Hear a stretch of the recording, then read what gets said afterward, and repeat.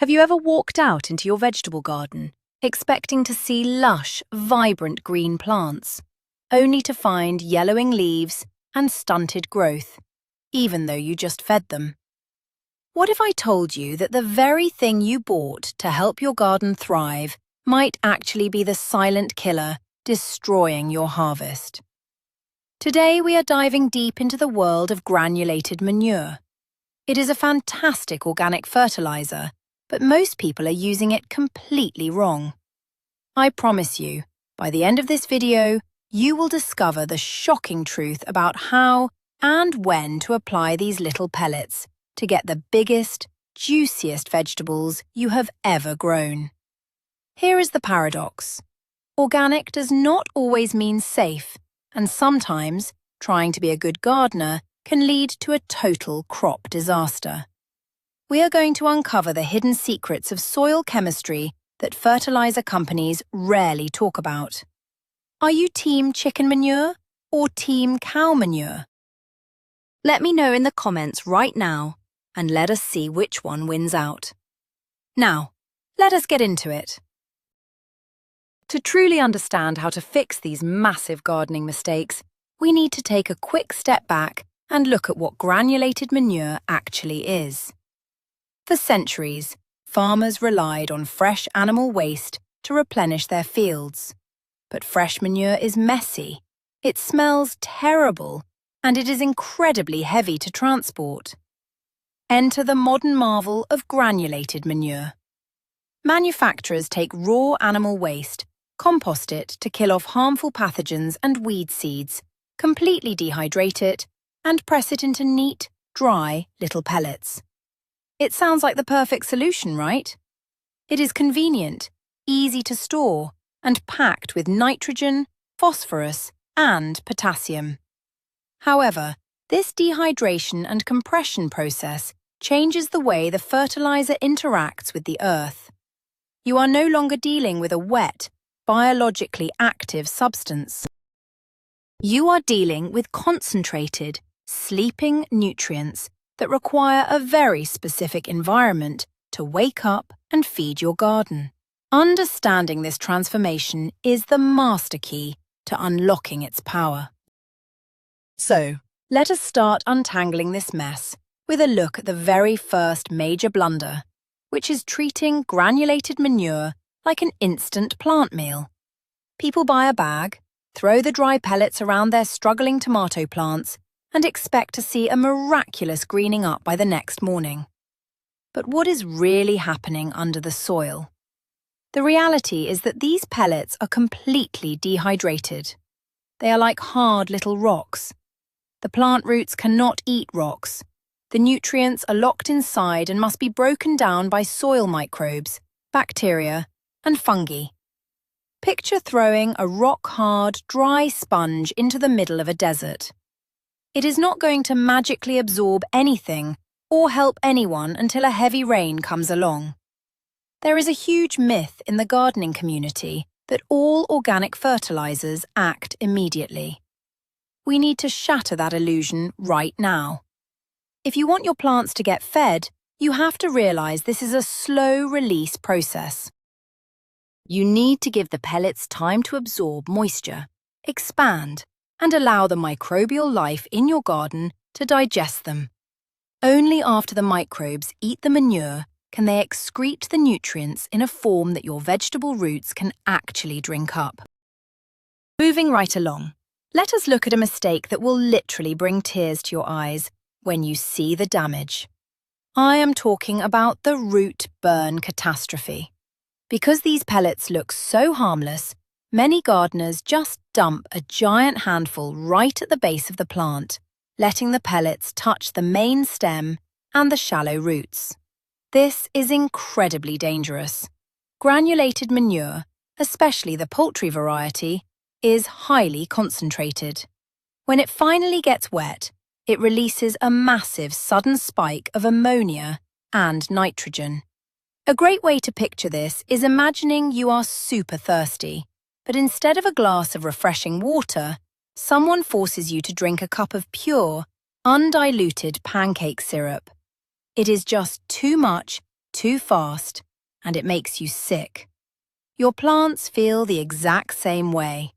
The myth we need to debunk here is the idea that because a product is natural and organic, it is impossible for it to harm your plants. That is completely false. Organic nitrogen can burn roots just as severely as synthetic chemicals. You must always leave a safe buffer zone of at least a few inches between the stem of your vegetable plant and the fertilizer pellets to keep those tender roots safe from chemical burns.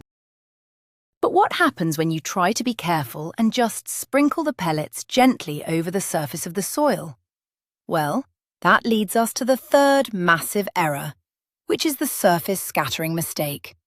It is so tempting to just walk down your garden rows, tossing handfuls of pellets on top of the dirt like you are feeding chickens.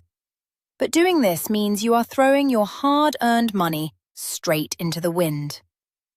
When granulated manure sits exposed on the surface of the earth, the nitrogen inside it undergoes a process called volatilization. It basically turns into ammonia gas and floats away into the atmosphere before your plants can grab it.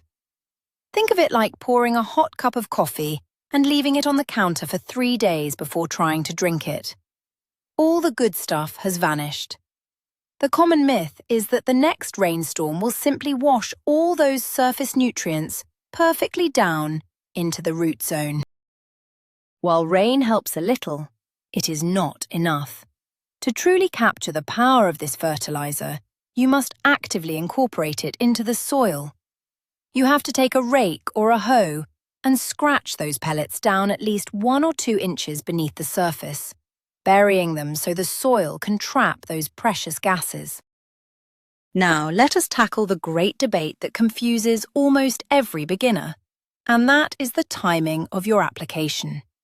The confusion between spring and fall feeding is a major hurdle. Many folks wait until the exact day they are planting their summer garden to dump manure into the soil. While this is better than nothing, it is far from optimal. Because we know the pellets need time to break down, applying them on planting day means your young vegetables will actually starve for the first few weeks while waiting for the microbes to do their job.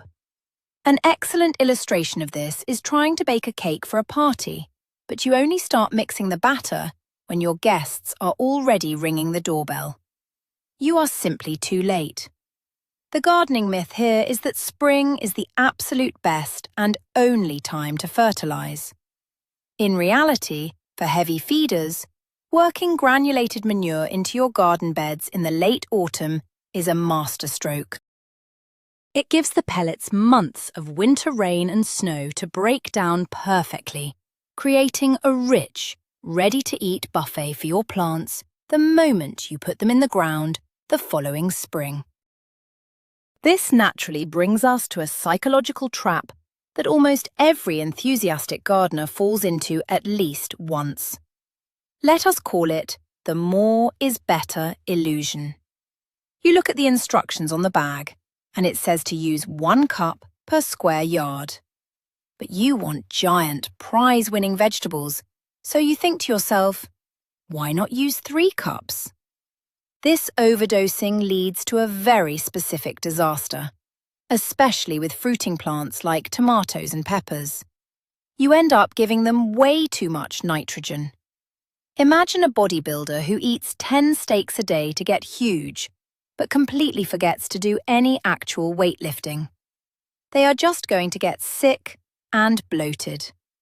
When you overdose plants with nitrogen, they grow massive, beautiful, dark green leaves, but they completely forget to produce any flowers or fruit. The myth we are crushing here is that double the fertilizer equals double the harvest. It absolutely does not. It equals a jungle of leaves and 0 tomatoes.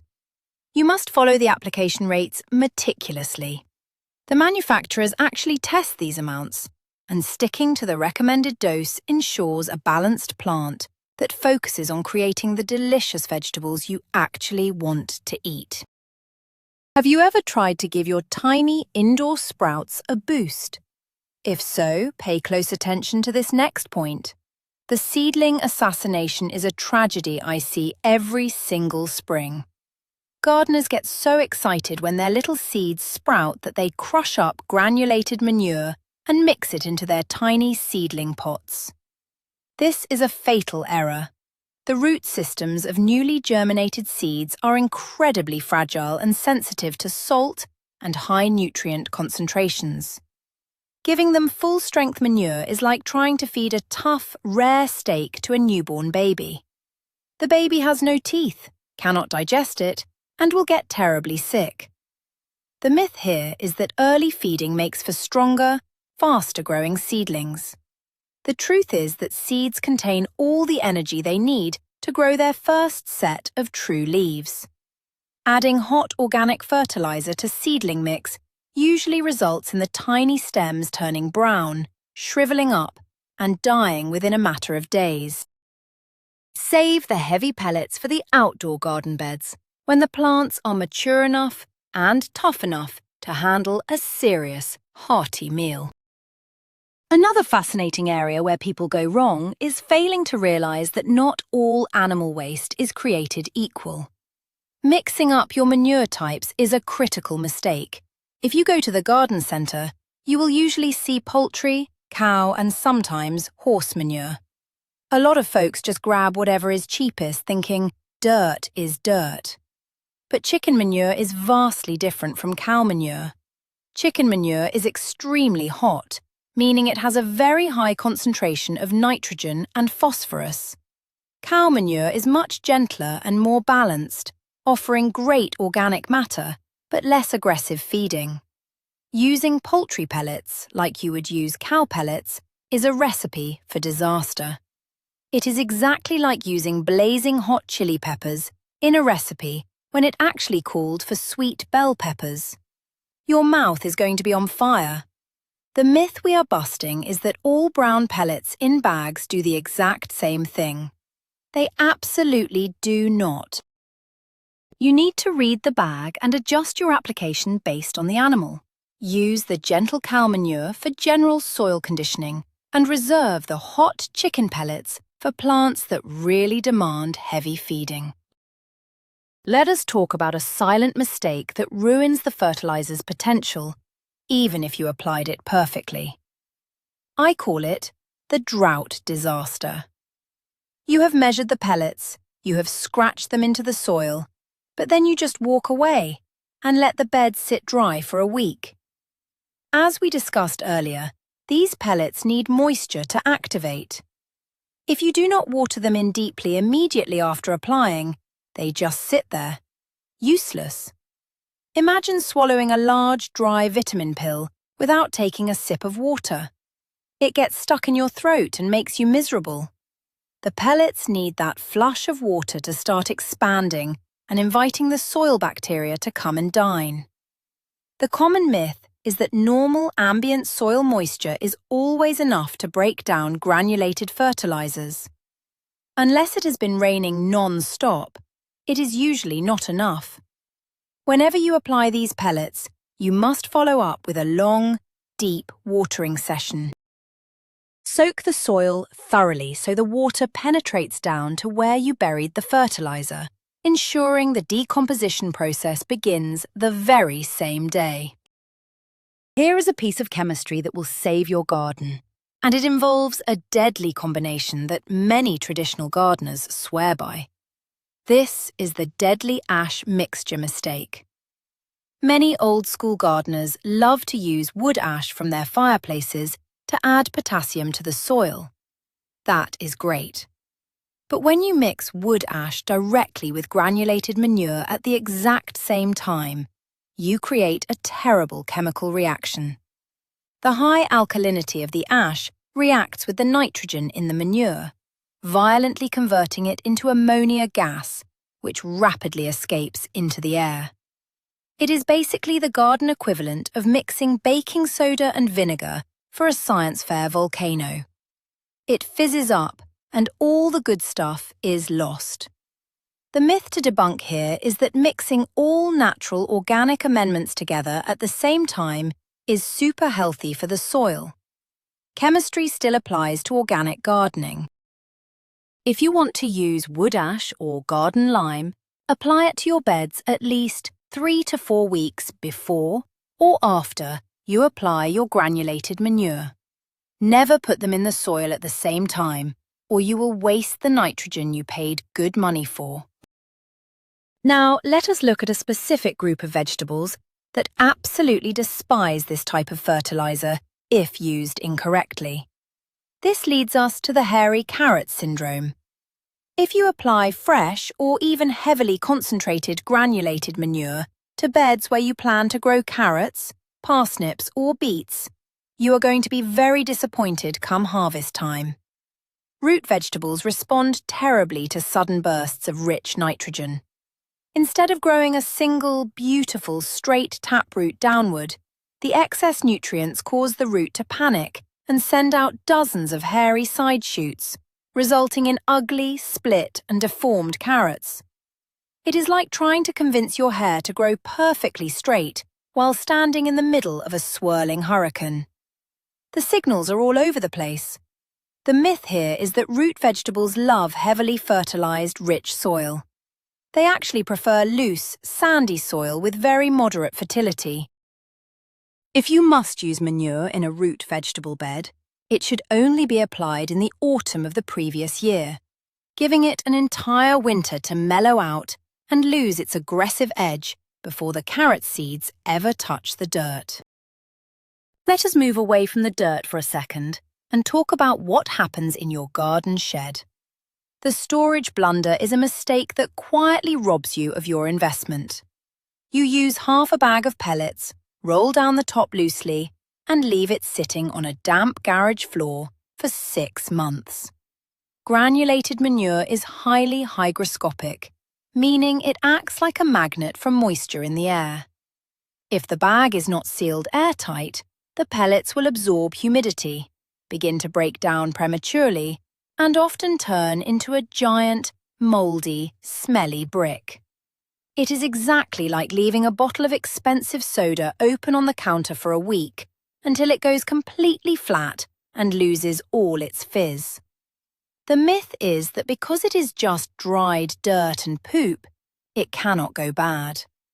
It absolutely degrades if exposed to the elements. To protect your investment, you must treat these bags like dry pet food.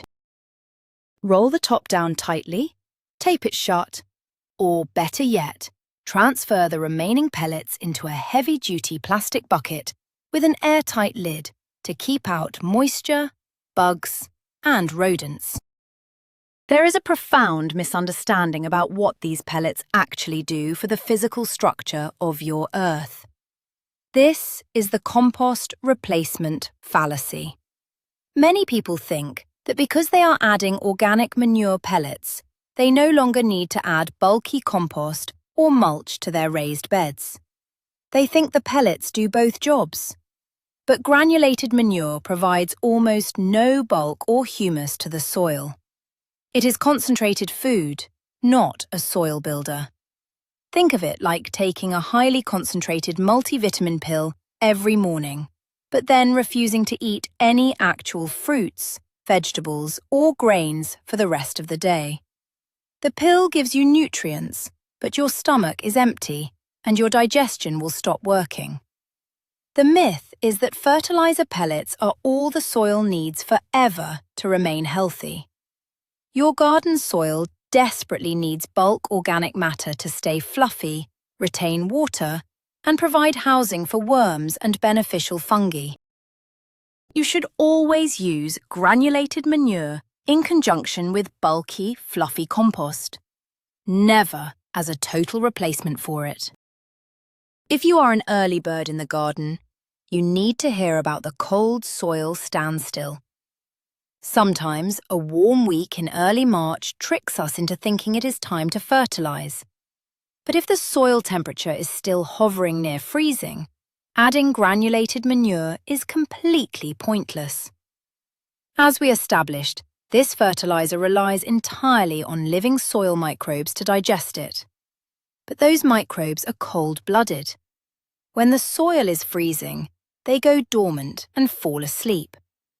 Applying pellets to freezing dirt is exactly like trying to start a frozen car engine in the middle of a blizzard without a block heater. Nothing is going to turn over, and nothing is going to run. The myth that fools people is the belief that nutrients simply dissolve into the soil and become available regardless of the temperature outside. The biological truth is that soil needs to be consistently warm, usually above 50 degrees Fahrenheit, for the microbial activity to wake up and start processing the organic matter. Wait until the soil actually feels warm to the touch before you start your feeding program. Let us look at another hidden chemical trap, which is the pH imbalance ignorance.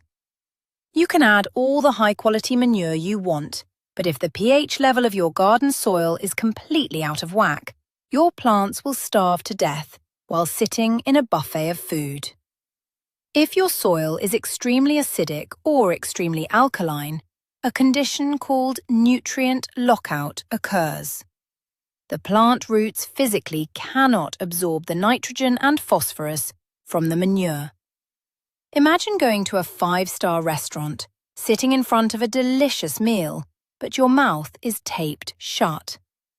The food is there, but you cannot consume it. The dangerous myth here is that adding organic manure automatically fixes all soil problems and balances the pH like magic.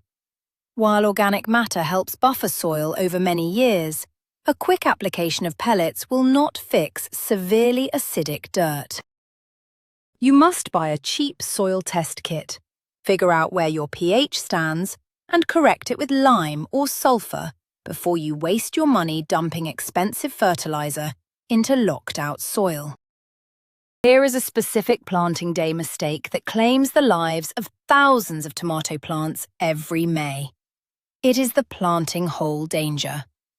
You dig a nice deep hole for your tomato transplant, and to be extra helpful, you throw a handful of concentrated chicken manure pellets right into the bottom of the hole, and then drop the plant directly on top of them. This is a surefire way to severely damage the plant. As the pellets expand and release their hot burst of nutrients, they are in direct, inescapable contact with the tender new roots. It is the equivalent of trying to get a good night's sleep while lying directly on a heating pad that is permanently stuck on the absolute highest setting. You are going to get burned. The myth that drives this behavior is the thought that direct contact stimulates faster root growth downwards. It does the exact opposite. It shocks the roots.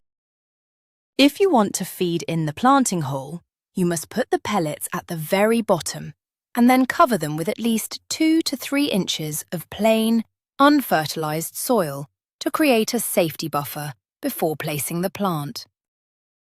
Are you missing out on a secret weapon? Most people are, because of the liquid feed missed opportunity. Almost everyone assumes that because the fertilizer comes in dry, hard pellets, it must only be used as a solid soil amendment. But you are missing out on one of the fastest, most effective ways to rescue a struggling, yellowing plant. You can actually brew these pellets into a potent liquid fertilizer tea. By ignoring this, it is like having premium coffee beans sitting in your pantry, but never actually brewing them in hot water to make coffee. You are missing the immediate benefit. The myth is that pellets must stay solid and only break down naturally in the dirt. To make magic happen, you can dissolve 1 cup of pellets in a large bucket of water, let it steep for a few days, and stir it well. This creates a nutrient-rich, fast-acting liquid feed that bypasses the slow microbial breakdown process and delivers a fast rescue dose of nitrogen directly to the roots when your plants need it the absolute most. Timing is everything, and doing the right thing at the wrong time brings us to the late season nitrogen push. Let us say it is late summer. Your tomato plants are huge, and they are loaded with green fruit. You want to give them one last boost to help the fruit ripen. So you toss in some more granulated manure. This is a terrible idea. By adding high nitrogen late in the season, you confuse the plant. Instead of focusing its energy on ripening the fruit and preparing for autumn, the nitrogen signals the plant to start growing new, green, leafy branches. It is exactly like drinking a massive double espresso right at bedtime. Your body should be shutting down, but instead, you are wired and restless. The gardening myth here is that feeding your vegetables should continue constantly, right up until the first frost hits. In reality, you should completely stop applying nitrogen-heavy fertilizers, like manure, about 4 to 6 weeks before your expected harvest. Let the plant realize the season is ending, so it puts all its remaining energy into turning those green tomatoes bright red. A really smart gardener looks at the past before planning the future, which is why ignoring the preceding crop is a massive oversight. Let us imagine you grew a huge crop of peas or green beans in a specific garden bed last year. This year, you decide to plant lettuce there, and you dump a heavy load of granulated manure into the soil. You have just over-fertilized. Peas and beans are legumes, meaning they actually pull nitrogen out of the air and fix it into the soil. The bed is already rich. Adding manure on top of that is entirely unnecessary. It is like bringing a cooler full of heavy ice blocks to an expedition in the frozen Arctic. You already have plenty of what you need. The myth that causes this mistake is the belief that every single garden bed requires the exact same amount of fertilizer every single year. Crop rotation matters deeply. If a bed hosted nitrogen-fixing plants the previous season, you can save your money and use very little or no granulated manure in that specific spot the following spring. Let us talk about a layering mistake that leaves people scratching their heads. This is the mulch layer mix-up. Many gardeners are adopting the fantastic practice of covering their soil with a thick layer of straw or wood chips to retain moisture. But when it is time to fertilize, they simply sprinkle the dry pellets directly on top of the thick straw mulch. Those pellets will sit there all summer, entirely useless. The fertilizer must touch the soil to work. Applying it on top of dry straw is exactly like wearing a thick rubber raincoat while taking a shower and wondering why your skin is not getting clean. There is a barrier in the way. The myth we need to destroy is the idea that rain will eventually melt the nutrients and wash them down through 6 inches of thick straw. It will not. The straw will absorb the moisture and the pellets will just rot on top. You must physically pull back your mulch, apply the manure directly to the bare soil, scratch it in, and then pull the mulch back over it to protect it. Finally, we arrive at the 20th mistake, and it is a matter of knowing who you are feeding. This is the heavy feeder starvation problem. People often treat their entire garden equally, giving 1 scoop of manure to every single plant, regardless of what it is. But vegetables are not created equal. A giant pumpkin vine or a massive indeterminate tomato plant is a heavy feeder. It needs a massive amount of calories to produce huge fruit. Radishes and herbs, on the other hand, need very little. Giving them all the same dose is like serving the exact same-sized meal to a tiny field mouse and a fully grown elephant. The elephant is going to starve, and the mouse will be overwhelmed. The common myth is that universal application rates work perfectly for the whole garden.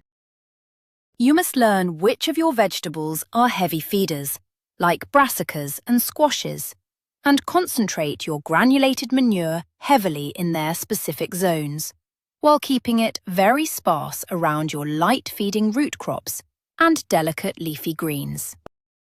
So, what is the ultimate truth hidden beneath all these mistakes?